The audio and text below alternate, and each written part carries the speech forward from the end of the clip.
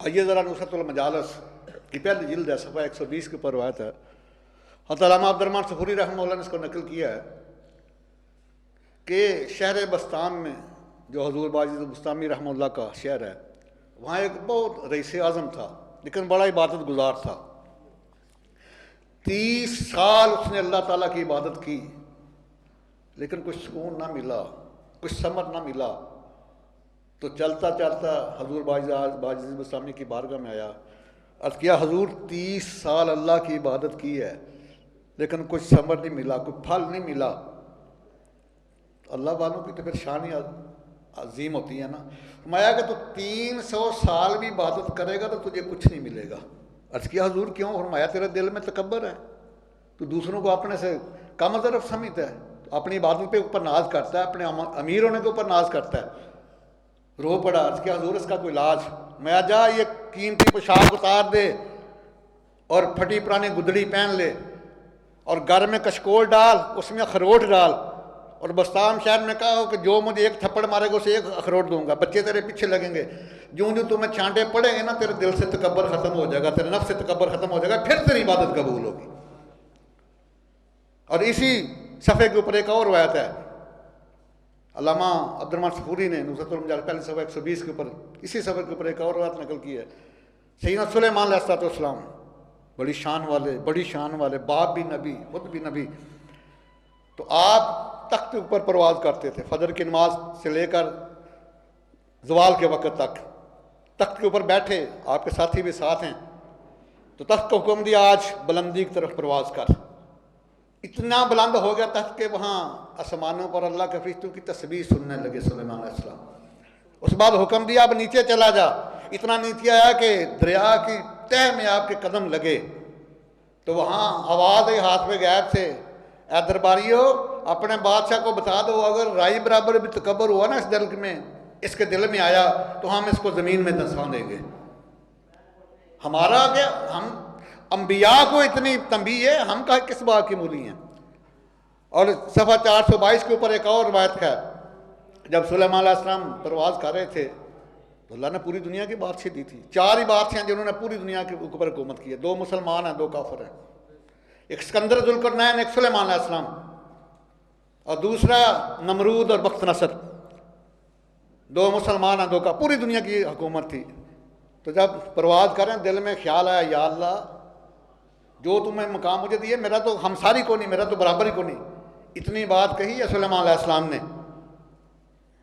تخت ٹیڑھا ہو گیا، پریشان ہوئے. اللہ نے تخت کو زبان دی، فرمایا تو کیوں ٹیڑھا ہوا؟ عرض کیا حضور آپ کے خیالات ٹیڑھے ہوئے اس لیے میں ٹیڑھا ہو گیا ہوں.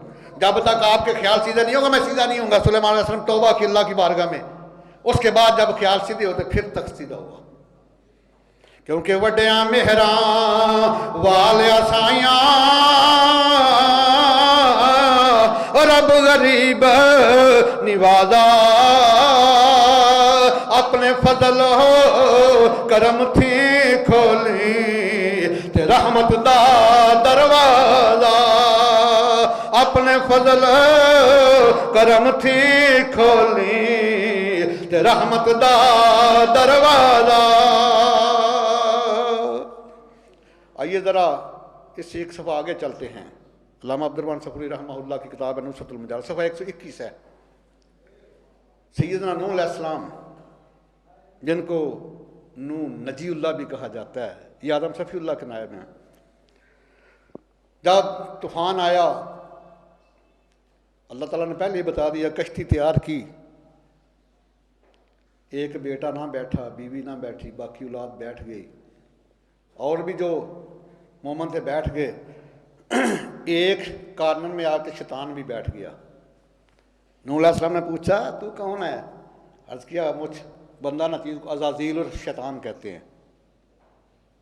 فرمایا تیرا یہاں کیا کام ہے؟ میں تو ہی ہے وہ جس سے بڑے بڑے ڈر جاتے ہیں، صبح و شام تو اس کا ذکر ہوتا ہے، میں تو یہاں کیسے؟ عرض کیا حضور آپ نجی اللہ ہیں، آدم صفی اللہ کے نائب ہیں، مجھ سے گناہ ہو گیا ہے، مجھے اللہ تعالیٰ سے معافی لے دے. آپ نے اللہ تعالیٰ کی بارگاہ میں آرزو کی تو حکم آیا کہ نجی اللہ سے کہو جا کہ اس نے آدم علیہ السلام کو سجدہ نہیں کیا، اب اس کی قبر کو سجدہ کرے، اب اس کی قبر کو سجدہ کرے۔ لیکن وہ متکبر تھا نا، اس نے عرض کیا نوح علیہ السلام یہ کام نہیں ہو سکتا، جس کو جیتے جی میں نے سجدہ نہیں کیا اس کی قبر کو کیسے سجدہ کروں؟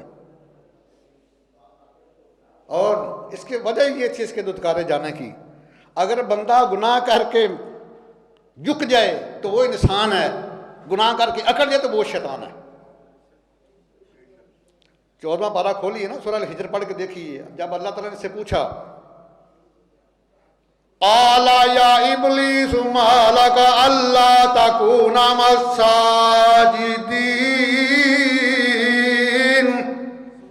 اللہ نے پوچھا تجھے کیا ہوا ہے، تو سجدہ کرنے والوں کے ساتھ شامل نہیں ہوا؟ کہتا ہے قال لا کل اسجد لبشر، میں ایک بشر کو سجدہ کرتا۔ اس نے کہا کہ مجھے آپ نے آگ سے بنایا ہے، ان کو مٹی سے بنایا ہے، میں لطیف ہوں وہ کثیف ہیں، کبھی لطیف بھی کثیف کو سجدہ کرتے ہیں؟ تو اللہ تعالیٰ نے 6 کروڑ سال کی عبادت نہیں دیکھی، 40,000 سال فرشتوں کا استاد رہا ہے، اللہ تعالیٰ نے وہ نہیں دیکھا۔ جنت کے جھولوں کے اوپر بیٹھتا تھا، اللہ کے نورانی بیختہ فرشتے اس کی ڈوری ہلایا کرتے تھے، اللہ تعالیٰ نے اس چیز کو نہیں دیکھا۔ جب اس نے کہا کہ میں سجدہ کروں آدم کو، اصل بات یہ تھی کہ نہ یہ آدم علیہ السلام کا منکر تھا نہ اللہ تعالیٰ کا منکر تھا۔ اس کی وجہ کیا ہے؟ تفسیر کبیر کھولیے، علامہ فخر الدین رازی رحمۃ اللہ تعالیٰ کیا فرماتے ہیں کہ کان حجبہ نور محمد صلی اللہ علیہ وسلم، کیونکہ آدم علیہ السلام کی پیشانی میں نور مصطفیٰ چمک رہا تھا، یہ ناری تھا نور مصطفیٰ کا منکر سے پتا تھا، وہ آ گیا تو گونگیا نمی نے کلمہ پڑھا لینا ہے، انہیں درختوں کو بھی سجدہ کرا لینا ہے، یہ ان کا منکر تھا، اس لیے سجدہ نہ کیا۔ تو جب کہا کہ میں سجدہ کروں تو اللہ تعالیٰ نے، میں نے پہلے بتایا کہ اس کے 7 نام تھے شیطان کے۔ پہلے آسمان پر اس کو عابد کہتے تھے، دوسرے آسمان والے اس کو زاہد کہتے تھے، تیسرے آسمان والے اس کو عارف کہتے تھے، چوتھے آسمان والے اس کو تقی کہتے تھے، 5ویں متقی کہتے تھے، 6ٹھے آسمان والے اس کو ولی کہتے تھے، اور 7ویں آسمان والے اس کو عزازیل کہتے تھے۔ اللہ تعالیٰ نے نہ اس کے ناموں کو دیکھا، نہ 6 کروڑ سال کی عبادت کو دیکھا، نہ 40,000 سال فرشتوں کی استادی کو دیکھا۔ وَقَالَ فَاخْرُجْ مِنْهَا فَإِنَّكَ رَجِيمٌ، 34 نمبر آیا تھا، 14واں پارہ کھولی سورہ الحجر کی، get out from my paradise your customer, میں دفع ہو جاؤ میری جنت سے، تو مردود ہو گیا ہے۔ وَإِنَّ عَلَيْكَ اللَّعْنَةَ إِلَىٰ يَوْمِ الدِّينِ، یہ 35 نمبر ہے، قیامت تک میری لعنتیں تمہارے اوپر برستی رہیں گی۔ اللہ اکبر کبیرہ۔ آئیے اسی صفحہ کے اوپر، یہ نصرۃ المجالس صفحہ 121 ہے، علامہ عبدالرحمٰن صفوری رحمہ اللہ نے اس کو نقل کیا ہے کہ ایک دفعہ جو فرعون جب اس نے خدائی کا دعویٰ کیا تو کچھ ہی ایمان والے بچے، باقی سب نے اس کو خدا مان لیا، تو شیطان بھی انسانی شکل میں اس کے دربار میں گیا، اس نے اور جا کے کہتا ہے کہ میں وہ بندہ ناچیز ہوں جو آج اس ہستی کا دیدار کر رہا ہے جس نے رب ہونے کا دعویٰ کیا۔ فرعون اور پھول گیا تکبر سے، کہتا ہے ہاں اے بندہ تو واقعی اپنے خدا کا دیدار کر رہا ہے۔ اس کے بعد شیطان کہتا ہے کہ مجھے کوئی چیز تو دکھائیں، کوئی کرامت دکھائیں، کوئی معجزہ دکھائیں، کوئی کرشمت دکھائیں۔ فرعون کو بڑا غصہ ہے، کہتا ہے اے بندہ بدبخت، تو اپنے خدا سے مطالبہ کرتا ہے، میرے پاس 1000 جادوگروں کی فوج ہے، تو کیا سمجھتا؟ اس نے کہا بلا لو پھر، جب جادوگر آئے گے میں انہیں کہہ دوں کوئی اپنے کمالات دکھائیں۔ جب انہوں نے اپنا جادو شروع کیا تو شیطان ان کا استاد ہے، اس نے ایک دم جب اپنا کام کیا تو سارے جادوگروں کے جادو ختم ہو گئے۔ فرعون پریشان ہو گیا، سر نمو ہو گیا۔ اس نے پوچھا بتا فرعون تیرا جادوگروں کا جادو زیادہ یا میرا؟ اس نے کہا ہے تیرا۔ فرمایا کہ اے بندہ، اے مسخرے، یہ شیطان نے کہا ان کے، اے مسخرے، میں اس کمال کے اوپر ہوں لیکن اللہ تعالیٰ نے مجھے اپنا بندہ ماننے سے انکار کر دیا ہے۔ اچھا تو ظالم، تو کسی کام کا بھی نہیں، تو نے خدا ہونے کا دعویٰ کر دیا۔ اللہ اکبر کبیرہ، یہ بہت بڑا چانٹا تھا اس کے منہ کے اوپر، لیکن پھر بھی وہ نہ مانا ظالم، کیونکہ ادری بدبخت تھا نا، تکبر اس کی رگو ریشہ میں رکھ چکا تھا۔ اور اس کی تکبر کی جو ہے نا، یہ اس کی کچھ اقسام بھی ہیں۔ ایک اس کی قسم ہے کہ اللہ تعالیٰ کے ساتھ تکبر کرنا، یہ ناقابل معافی گناہ ہے۔ جیسے شیطان نے کیا، فرعون نے کیا، نمرود نے کیا۔ نصرت المجاہد کی پہلی صفحہ 121 ہے۔ دو قسم کے گناہ ہیں، ایک وہ جو خواہشات نفسانی سے ہوتے ہیں، جیسے ہم سے ہو جاتے ہیں، معافی مانگو اللہ معاف کر دیں گے۔ دوسرے گناہ جو تکبر سے کیے جاتے ہیں، یہ ان کی معافی کوئی نہیں ہے۔ اور دوسرا تکبر کی قسم ہے کہ انبیاء سے تکبر کرنا، انبیاء کے ساتھ تکبر، جیسے مکہ کے کفار نے کیا سرکار کے ساتھ۔ اور تیسرا اللہ کے بندوں کے ساتھ تکبر کرنا۔ اور اس کی جو ہے وہ اسباب کیا ہے تکبر کی، کبھی ہم نے ادھر غور نہیں کیا۔ پہلا اس کا جو سبب ہے نا تکبر کا، وہ ہے علم۔ بندہ کہتا ہے میں بہت بڑا عالم ہوں، یہ سارے میرے تعظیم کریں، اور آقا کریم فرماتے ہیں کہ اپنے آپ کو بزرگ کہلوانا یہ علم کی موت ہے۔ اور دوسرا اس کا سبب وہ ہے مال کا ہونا۔ جب بندہ بہت مال و دار والا ہوتا ہے تو وہ اتنا مادیت میں چلا جاتا ہے، وہ دوسروں کو کیڑے مکوڑے صبر کرتا ہے، ان کو انسان بھی نہیں مانتا۔ اور تیسرا اس کا سبب ہے کہ حسن و جمال کا ہونا۔ حسن و جمال والا بھی جسے کو کم تر سمجھتا ہے۔ اور نبی علیہ السلام کا فرمان حدیث شریف ہے کہ بہت زیادہ رومی حسین و جمیل عورتیں جہنم میں جا کر حبشی بن جائیں گی، کالی سیاہ ہو جائیں گی، اور کچھ اپنے اعلیٰ خاندان کی وجہ سے تکبر کرتے ہیں۔ تو نبی علیہ السلام کا فرمان ہے کہ اللہ تعالیٰ نے فرمایا، حدیث قدسی ہے، کہ ہم نے جنت نیکوکاروں کے لیے بنائی ہے، چاہے وہ حبشی غلام ہی کیوں نہ ہو، اور ہم نے جہنم بدکاروں کے لیے بنایا ہے، وہ چاہے آزاد قریشی نسلی کیوں نہ ہو۔ اور جو اللہ تعالیٰ نے پھر اس کی وضاحت کی ہے نا، کاش یہ بندہ اس آیت کو پڑھ لیتا نا 26واں پارہ سورہ حجرات کی آیت نمبر 13 کو، تو اس کے اندر سے اللہ خاندان کے بت پاش پاش ہو جائیں۔ کمال جملے اللہ تعالیٰ نے استعمال فرمایا کہ یا ایھا الناس انا خلقناکم من ذکر و انثی وجعلناکم شعوبا وقبائل لتعارفوا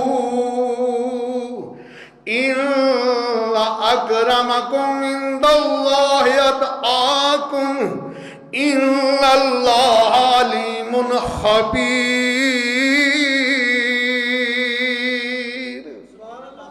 میرا لوگوں، میں نے تمہیں ایک مرد اور ایک عورت سے پیدا کی، پھر میں نے تمہارے قبیلے اور خاندان بنائے ہیں، کس لیے؟ لتعارفوا، so that you may get introduction، تاکہ تمہاری پہچان ہو سکے۔ اس لیے سرکار نے کہا کہ کسی کے باپ کو اپنا باپ نہ کہو، کسی کے آقا کو اپنا آقا نہ کہو۔ اگر کسی کا بچہ اڈاپٹ کرتے ہو تو اس کی ولدیت نہیں چینج کر سکتے، بہت بڑا گناہ ہے۔ ولدیت اس کی اسی کی ہوگی جس کا وہ بیٹا ہے۔ تو فرمایا کہ اللہ کے نزدیک یہ چیما چٹھا رانا آنا کہ اللہ ہونے کی دلیل نہیں ہے۔ ان اکرمکم عند اللہ اتقاکم، اللہ کے نزدیک عزت والا وہ ہے جو تم میں سے پرہیزگار ہے، نیکوکار ہے۔ ان اللہ علیم خبیر، تمہارا اللہ وہ ہے جو علم والا بھی اور دلوں کی خبر بھی رکھتا ہے۔ دیکھیں نا، کوئی علی علیہ السلام سے لے کر اب تک جتنے اولیاد کے سلسلے ہیں، کسی ولی کی سیرت پڑھ کے دیکھ لو، ساری رات عبادت کریں گے، ساری رات، کبھی رکوع میں کبھی سجود میں، اور جب دعا مانگے گے تو کیا کہتے ہیں؟ جب وہ دعا مانگتے ہیں نا، ان کی دعا سننے والی ہوتی ہے تہجد کے وقت۔